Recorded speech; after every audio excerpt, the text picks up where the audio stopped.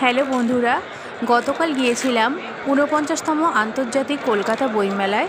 কাল ছিল রবিবার, আর বইমেলা ৩ তারিখে যেহেতু শেষ, সেই জন্য বইপ্রেমী মানুষের ভিড় ছিল অনেক বেশি।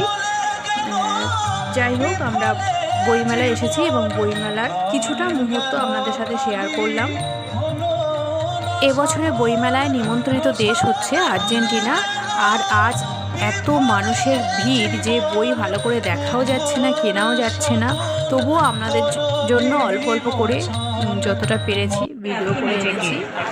দু চোখ মেরে রোদ্দুর হতে চাইলে চিবুকের রেখা হয়ে ওঠে আরও ধারালো।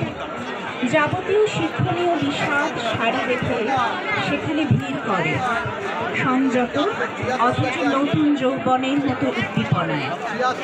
এই সমতাকে যত্নে লালন করি বলে আমায় উজ্জ্বল নদী ভেবে অনেকের মতোই ভুল